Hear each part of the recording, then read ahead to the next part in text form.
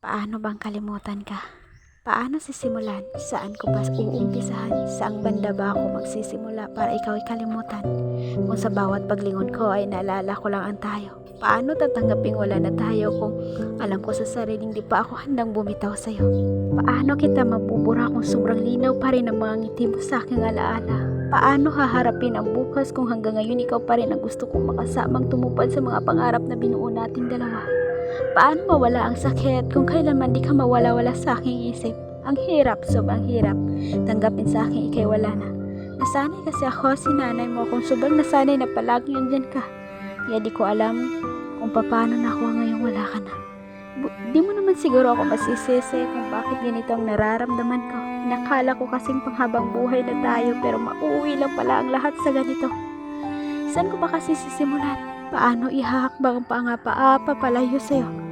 Kaya ko na ba? Kaya kong harapin ang bukas kahit alam kong wala na tayo.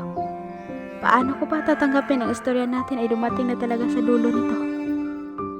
Puso't isip ko ay puno ng paano at saan. Naguguluhan lang ako kung ano ang isasagot sa mga katanungan yan. Kasi sa totoo lang, hanggang ngayon di ko pa rin alam.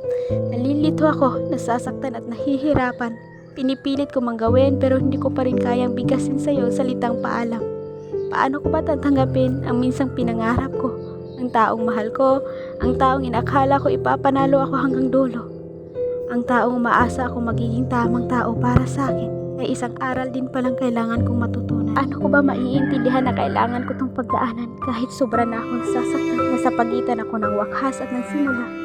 Di alam kung ano ang pipiliin sa dalawa kaya hito ako, nananatili sa gitna. Pero kahit di ko alam kung saan, bakit at paano, susubukan ko na lang siguro.